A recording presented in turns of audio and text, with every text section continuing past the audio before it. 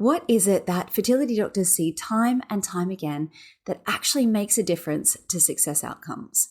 What are some of the things that commonly get missed, and what can you be doing at home to maximize your chances of conceiving, whether you are trying naturally or you're about to go through treatments? Today, I have the absolute privilege of sitting down with the egg whisperer herself, Dr. Aimee Ayvazzadeh, and she is going to share exactly what you need to know if you're trying to conceive. Welcome to your journey to fertility. This is the podcast that blends science with spirit to give you all the tools you need as you navigate your fertility journey. I'm your host, Jennifer Edmonds, and for the last 15 years, I've been helping women on their journeys to motherhood and beyond. I believe that combining the latest scientific research along with the best energetic and mindset practices will help you to avoid putting your life on hold and bring you closer to your baby. Each week, you'll learn ways to support your fertility and trust your body so that you can stop stressing that you'll never have your baby and finally walk your path to motherhood. This is the Your Journey to Fertility podcast. Dr. Aimee, I think I speak on behalf of everyone listening here when I say we are very excited to have you here with us on the podcast today. Thank you so much for giving us your time. Now, I can't imagine there's anyone who hasn't heard of you, but just in case, could you give us a little background? Who are you? What is the work that you do? Absolutely. So I'm Dr. Aimee, just like you said, and I'm a very passionate fertility doctor that practices fertility medicine. And I also just, have this platform where I want to educate as many people as I possibly can while I'm here on this earth about fertility in a way that's not scary, that's hope-filled. And because a lot of people get egg panic just from what they read online and like other social media pages that they see. And I just don't like that. And I just want my space to be a space where people can learn about fertility in a way that's not so scary. And it's not something we see a lot of fertility doctors doing. As I was saying just before we hit record, I don't know how you find the time to run a very busy clinic and somehow give out all of this incredible information that you do for free every day. And it is very impressive to watch. So thank you for everything that you do. What is it that you see online that worries you, that makes you, or that keeps that motivation going for you to give out the information that you do? Yeah, I mean, I think a lot of it has to do with especially ovarian aging. As women get older, obviously, it's a no-brainer that we run out of healthy eggs. But telling women that there's nothing that they can do about it, that there's no impact that lifestyle or supplements can have on our egg quality, that drives me bonkers because it's just not true. Certainly, there are situations, and many of them, where, changing your lifestyle, taking supplements, and they're not going to be impactful. But I think telling a woman that there's nothing that she can do is why I do what I do. Telling stories about, things that I've done that might be different than things that other doctors are doing, so patients can decide for themselves if there are things that they want to do as well. That's it, isn't it? It's the having the information. And I think that when you go into this journey, you don't know what you don't know. And you're always assuming that the person in front of you is giving you all the information. And perhaps they don't know everything that you know as well. And for anyone who isn't familiar with your social media handle, it is the Egg Whisperer. And we're going to get into how we can do some egg whispering. That would be amazing as well. Yes. But that's it, isn't it? It's just let's give couples the information and let them make the decisions with everything that they have. You will see hundreds, if not thousands, of patients every year. What is it, do you think, that really improves success rates? And you must see all different cases, the ones that look like there's no hope to the ones that are perhaps, more of an easy case. But what is it that really improves success rates, do you think? Going into your treatment knowing what your diagnosis is. Mm. Truly, because if you don't, you're going to be wasting so much time and energy on failed cycles.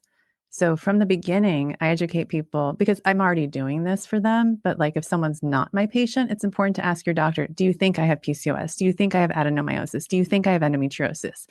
Ask those questions up front and then ask why not? I don't expect my patients to be medical doctors. So they don't know these things.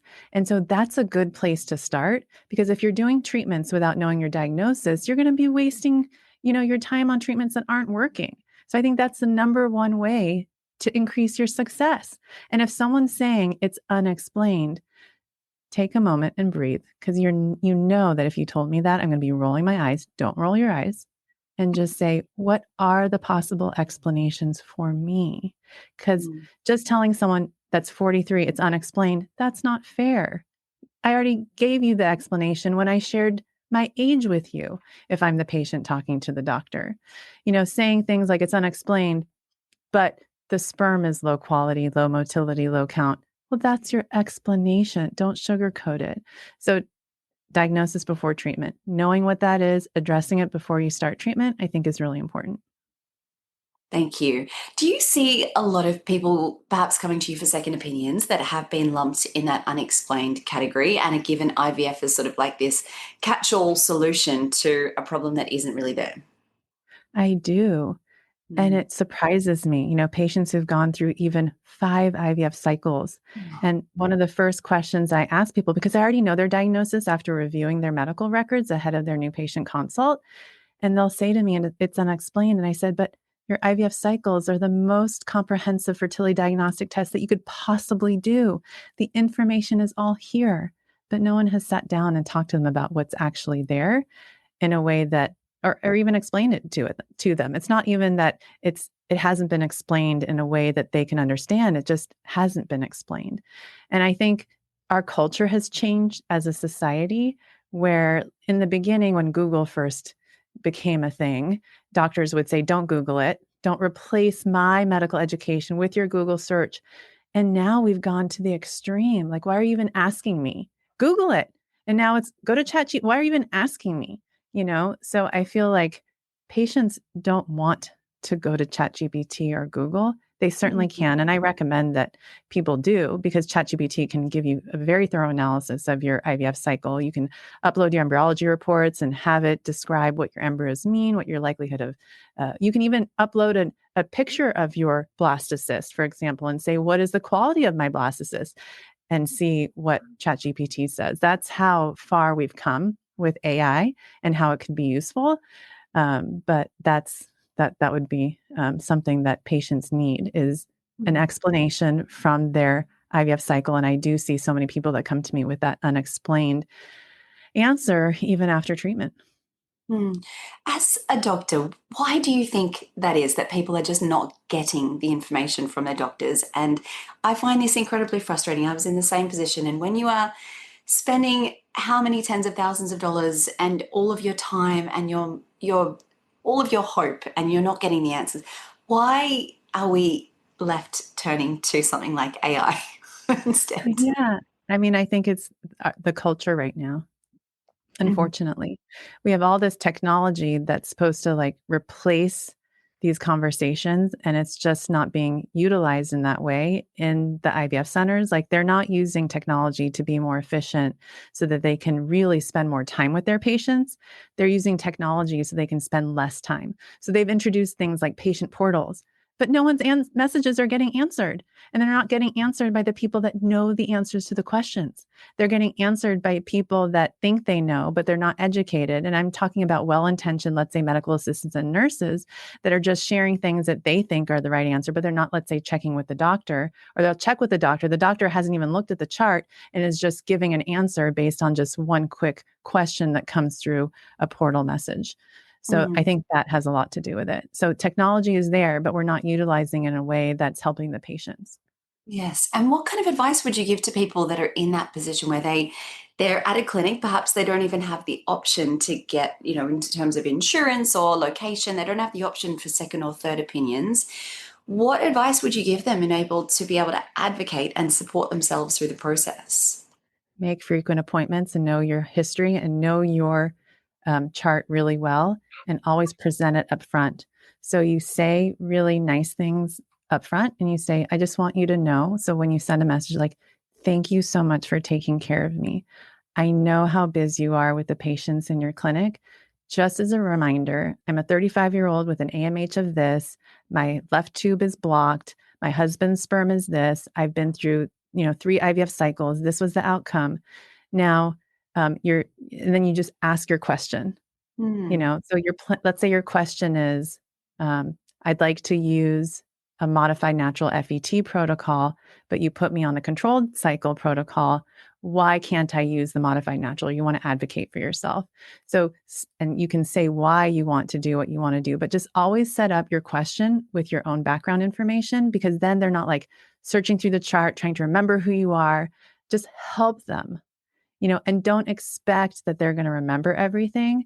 Just expect that they don't remember who you are. They're not looking at your chart when you're asking a question. So that's what I recommend to patients when they're trying to advocate for themselves. Just remind them about your story, and always start with kindness and be gracious when you're asking. And you can always ask ChatGPT, literally take your question and say, present this in a way that's kind and gracious, and then it'll help you and you can send it in. That is really wonderful advice. Thank you. And as someone who has probably gone in like guns blazing, demanding answers in previous, because you go crazy when you're in the midst of cycles, aren't you? You really, I'm sure you see patients that have just lost their minds all the time, and I can confirm that that doesn't work. So Right. thank you. That Yeah. is. And I tell my patients, you're not crazy, because they use that. They're like, you probably think I'm crazy. I said, no, you're just crazy for a baby, and I am too for you. So we're on the same page. There's no question that you're going to ask me that's going to make me think that you are crazy, because I know what you want and I'm on the same page as you. Maybe we just need a few more fertility doctors like you. That might be I the know. solution here. Right. What kind of, we know that, infertility rates are rising the world over and amongst all different age groups. What are the sort of the more common themes that you are seeing these days? What are the reasons that they're coming to you? Yeah, I mean, age-related infertility is one of the most common things. So that gets labeled as advanced maternal age, but I've coined the term advanced mitochondrial age, because women are not old at 40. It's that our eggs age faster than we would like them to. So Mm. that's probably the number one reason why a patient is seeing me in the Bay Area. The average age of my patient here is around 42. It might be older than in other communities. So that's number one. Number two would be endometriosis. So I think endometriosis rates are going up, especially because, well, women are waiting longer. So there's, Mm. as we age, there's more inflammation, and there's a higher chance that you would have endometriosis at the age that you're trying at. And also just because of the plastics in our environment, and we're seeing more and more of that as, as generations, over generations. And then the next one would be PCOS. And then obviously adding in there, not ranking in order, but male factor. So I think probably 50% of all infertility is due to sperm quality issues. Mm. And well, let's get into a little bit of your egg whispering knowledge. But I'd like to talk about it in terms of egg and sperm whispering, please, because as Yes. you said, like 50%, and we can talk a little bit about why perhaps some of those issues on the male factor are getting overlooked. But can you let us know when someone comes to you, perhaps they are advanced maternal age, perhaps they just have been told by their previous doctors they have poor egg quality or whatever it might be. What are you telling people to go and do to help improve Yeah. egg and sperm quality? Yeah. So, I mean, become the healthiest version of yourself. I mean, I think there's so much messaging out there that once you're ready to get pregnant, you should not let your heart rate go up, and you should stop exercising because exercise is bad. And I'm like, who told you that? And again, well intentioned people are giving these messages to patients, and that's just not true.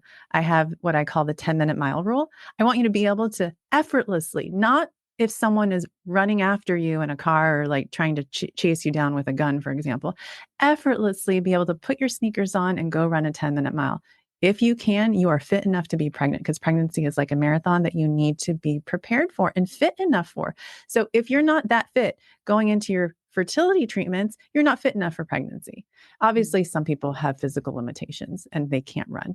I get that. But in general, that general theme of being that fit, that's really important, because if you are that fit, then your insulin's going to be low.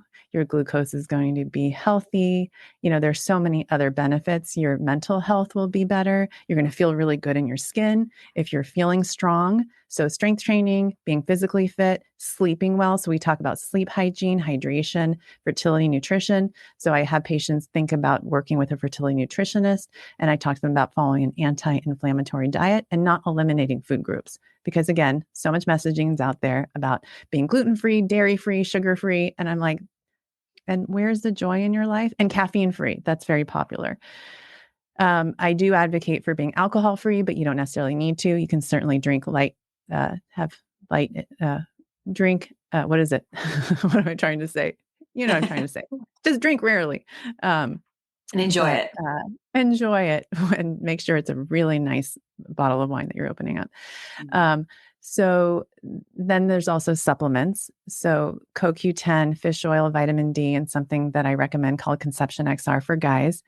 And then for women and men, an NAD booster. So something to increase NAD in our cells. For women who have low egg quality, resveratrol, melatonin at night. I think I already mentioned CoQ10. So those are my main go-tos for women, and a really good prenatal that has a good amount of vitamin D and fish oil. So that's for women as far as supplementation. And all of these things, I mean, they're simple. They're simple, aren't they? Yeah. That's it. Simple, common sense. That's it. And you didn't list 25 different supplements, which I'm sure a lot of people end up taking, which also, yeah. And I say to them, like, don't make taking your supplements a part-time job. It shouldn't be. It should be really easy. And I'm if it laughing looks here. like a part-time job, if you're sending me an Excel spreadsheet with like, morning, 10 a.m., 12 noon, 2 p.m., and every single category has 4 supplements, that's too much because the supplements have plastics. And now you're increasing your phthalate BPA load, and that's not good for you. I'm laughing because it's so relatable, and I'm sure so many people can relate to what you've just said listening there. And it was when I scaled back all my supplements and started exercising the way I wanted to and not being restrictive that I just felt so much better in my body. And that is when I felt pregnant. And it is so sad that we get into this horribly restrictive cycle thinking that the more we do, the better our chances will be. So I just want to thank you for reiterating that is not the case. Absolutely not the case. No. What do you feel that is getting really overlooked when it comes to fertility here? And maybe it's people have gone to a couple of different doctors, or they've gone through a few cycles of fertility treatments and they're just not getting results. And you have a look at their results and you're like, that this is, something that we can address. What are you seeing that is getting overlooked time and time again? Well, there's 2 things. So number 1 is the emotional impact that fertility treatments have on patients. So after you go through all these treatments, patients are traumatized, they're depressed, they haven't seen a therapist, their relationships are affected, their relationship with themselves, their relationship with their partner, their relationship with their partner, their relationship with everyone around them. They're isolated, they're anxious. That's not good. So if you're feeling that way, then think about how your eggs are feeling. I believe I tell patients to kiss their ovaries. I'm not sure. And I got this from a fabulous acupuncturist. He coined the phrase, Lauren from, I think it's AcuBalance, kiss your ovaries. So I want you to kiss your ovaries, love them, tell them how beautiful they are, tell them how wonderful they are, and you believe in them. Because a lot of times patients come in, they're sad, they're feeling lonely, and they don't believe that they're worthy. So I think that's number 1 thing that gets overlooked after patients have gone through cycle after cycle after cycle. The second is all those cycles, they create inflammation. All that estrogen worsens endometriosis. And endometriosis gets overlooked. And as you probably know, it can take years for a woman to get a proper diagnosis. So that's one diagnosis that I think gets overlooked and missed in these patients who are doing multiple rounds. And then what kills me is it's getting overlooked before they go into their transfers. And they're doing transfer after transfer without success. And then they come to me and I say, well, in your intake paperwork, you said you have severe pain with your periods are extremely heavy, you have pain with sex. Has anyone talked to you about endometriosis? And they say to me, well, I figured they saw that and I've reported it, but they haven't said anything. So that would be one thing that I think in someone who's had a long journey like that, they should ask the question. And if the question is, I don't think you have it, but you still think you do, then go see an endometriosis expert. They can see things in different ways. They can do ultrasound. They can actually see ultrasound signs of endometriosis. They can feel it on pelvic exam. And a really nice fertility doctor just might not be something that they're able to pick up on in a way that an endometriosis specialist can. Thank you so much for raising the emotional impact of what treatments have on people. And I know that fertility doctors are not mental health experts, and it's not their job to be therapists. I get that totally.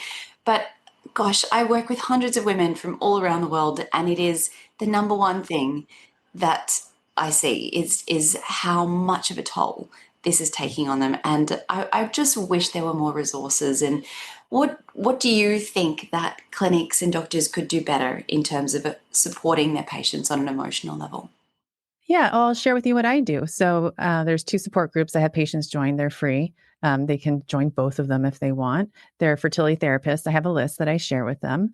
And then I talk to them about mindfulness meditation, get an aura ring. It has grateful. It has great meditations within the aura ring. And you can also track your fitness, your sleep quality within the ring as well. And then listen to music. So find a Sirius XM channel, make your playlist. I love EDM. You might know that already. But EDM, I wish I could say studies show that EDM improves your egg quality. Maybe it does. I don't know, but it certainly makes me super happy all the time. We can run those studies eventually. I think that's Yes. definitely worth doing. Yes. Thank you. You must have to deliver horrible news to people Mhm. often. And that's probably not something that you really enjoy as part of your job. But if Right. there is anyone listening to this who has just received their own negative test or they're in that place, what do you say during these conversations? And what would you say to those people now? Yeah. So those conversations are really important. And unfortunately, what happens in a lot of clinics, it's someone else, not the doctor, who's delivering the news. So they're not already thinking about another plan for the patient. So the patients often feel lost and extremely desperate. So if a patient is getting bad news, the first thing I would do is number one, be really gentle with yourself and don't make any big picture decisions in that moment. Don't turn to that bottle of wine. Don't turn to that pint of ice cream. This is not the time to trash your body and your mind.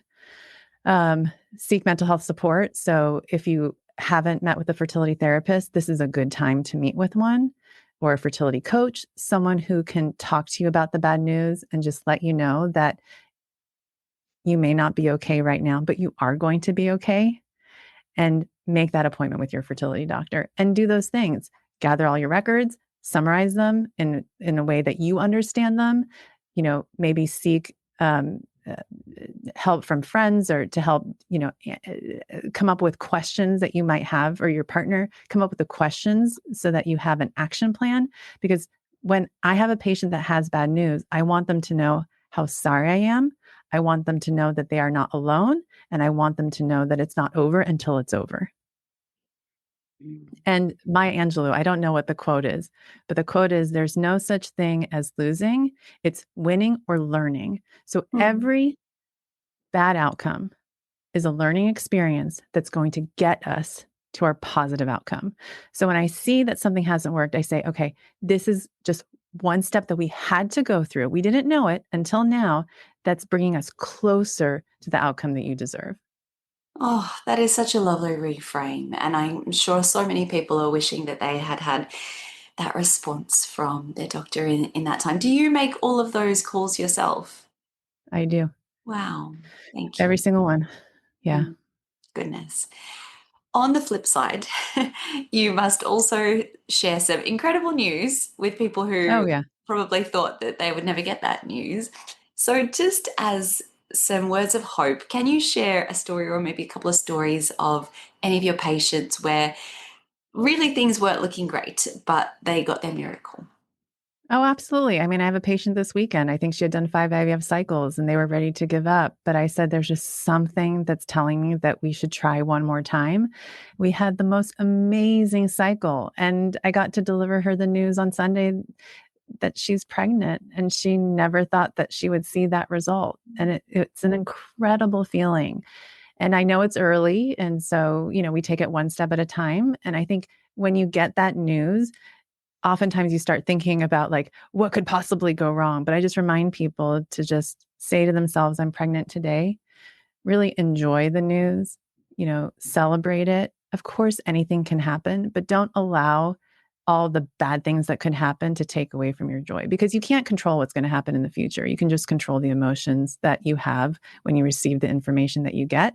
And I just want people to live in joy and not in fear and in a panic or anxiety mode. Hmm. What do you wish that more people knew about fertility in general, or about when they start to struggle and they're losing hope? What do you wish more people knew? That it's so precious. And obviously, the facts about ovarian aging, I wish people knew sooner. Mm. People say to me, I can't believe I didn't know how hard it would be to get pregnant at 40. I just thought IVF would work. So I just wish that people would take the opportunity to be more proactive. I have all these egg whisperer rules. Like if you're partnered and 32 years old and you want to have 2 kids, go see a fertility doctor and think about freezing embryos. Because if you're a 32-year-old single woman, all that messaging is out there about freezing eggs, freezing eggs, freezing eggs. But no one tells people who are partnered, freeze embryos.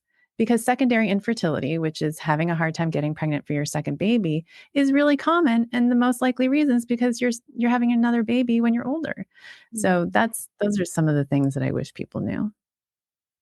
I find that messaging really, really odd. You're right. The fact that we should all be freezing our eggs, yet the chances of having a live birth from a frozen embryo are exponentially better. And yet this isn't something that we're even considering. And even I started going through IVF when I was 34, and it wasn't even mentioned. How many kids do you want to have? You're a very poor responder. So perhaps, do we want to think about doing a couple of cycles? Do we want to bank some embryos? And I'm not sad about the way my journey turned out, and I'm very grateful for what did. But to have those options and to just be given the information sooner, I would have really appreciated. So thank you for reiterating that. I appreciate it. Yeah. Yeah. Dr. Aimee, where can we learn more about you? And do you do consultations for people who are not lucky enough to live in the San Francisco area? And what is the best way to find you? Yeah. So anywhere you can put Egg Whisper, you can probably find me, except a porn site, but maybe one day. Because find that when I say that, people laugh. And then maybe one day I'll be there because I have a feeling a lot more people will be curious about what I have to say if I'm saying it on there. No, but in general, like YouTube, Instagram, I mean, you can find me anywhere, including TikTok. But one of the best ways to learn from me would be my Egg Whisperer class, and people can join from all over the world. So it's eggwhisperschool.com. I do an IVF class once a week. It's kind of a master class, and it gives people an opportunity to learn about how to approach IVF. And at the end of the class, I open it up for a live Q&A session where people ask their own questions about their IVF cycles. And I stay there as long as I need to until every last question is asked, and I answer them. And I do consults for patients all over the world. They can go to draimee.org and they can sign up for a consult, and we set it up over Zoom. Thank you. I think we might need to clone you a million times over. That'd be really helpful if you could start working on that. That would be great. I'm trying. And Dr. Aimee, I just want to say the biggest thank you for everything that you do for this community and all of the information that you put out there so effortlessly and graciously. It's not something that we Well, see a lot of. So well. thank you for your time and for being here today. And thank you. Thank you for giving me this time. I appreciate it. I hope that you got a lot out of this episode. I absolutely loved chatting with Dr. Aimee. I wanted to take up like hours of her time, but it's just something that I'm so grateful that there are fertility doctors in this space that are so willing to do. If you don't already follow Dr. Aimee or listen to her podcast, please go and do yourself a favor. She's prolific with the amount of content that she puts out there, and her podcast is so informative, so well thought out, and so well researched. And some of the guests that she has on are really, really informative. So Before we finish up today, just a reminder, register for Embrace the Journey, my free 3-day live fertility yoga series, which is starting this month on the 29th of July. All the links are in the show notes. If you have any questions about the live series or about the program that will open following this, don't hesitate to reach out and ask me all of your questions. Now, we have a bonus episode dropping this week on Friday, which is exciting. I hope that you have a chance to listen to that later this week. But next week, we are going to continue part 2 of my 3-part series this month, which is all about coming back into alignment when you are trying to conceive. This particular episode is going to focus on healing that mind-body connection and using your intuition when you are struggling with fertility. So I can't wait to have you back next week for that episode. But until then, I am sending you all of my wishes as you continue your own journey to fertility. The most common thing I hear from students who are on their fertility journey is that the stress of trying to conceive has taken over their life. Your days end up being filled with endless appointments, navigating pregnancy announcements. You're trying to eat right, take all your supplements, and it is all you think about from the moment you wake up. I designed the Element Fertility Yoga course to support your body, your mind, and your mental health in 3 important ways: to synchronize your hormones, increase circulation and blood flow, and to help regulate your nervous system. But on top of this, the greatest gift that you can give yourself throughout this journey is a sense of peace, to help you calm your mind and just make this process feel easier. Every single one of my students tell me that this is the first thing they notice after starting a yoga, meditation, and breathwork practice. But on top of this, you have the amazing benefit of actually supporting and increasing your fertility.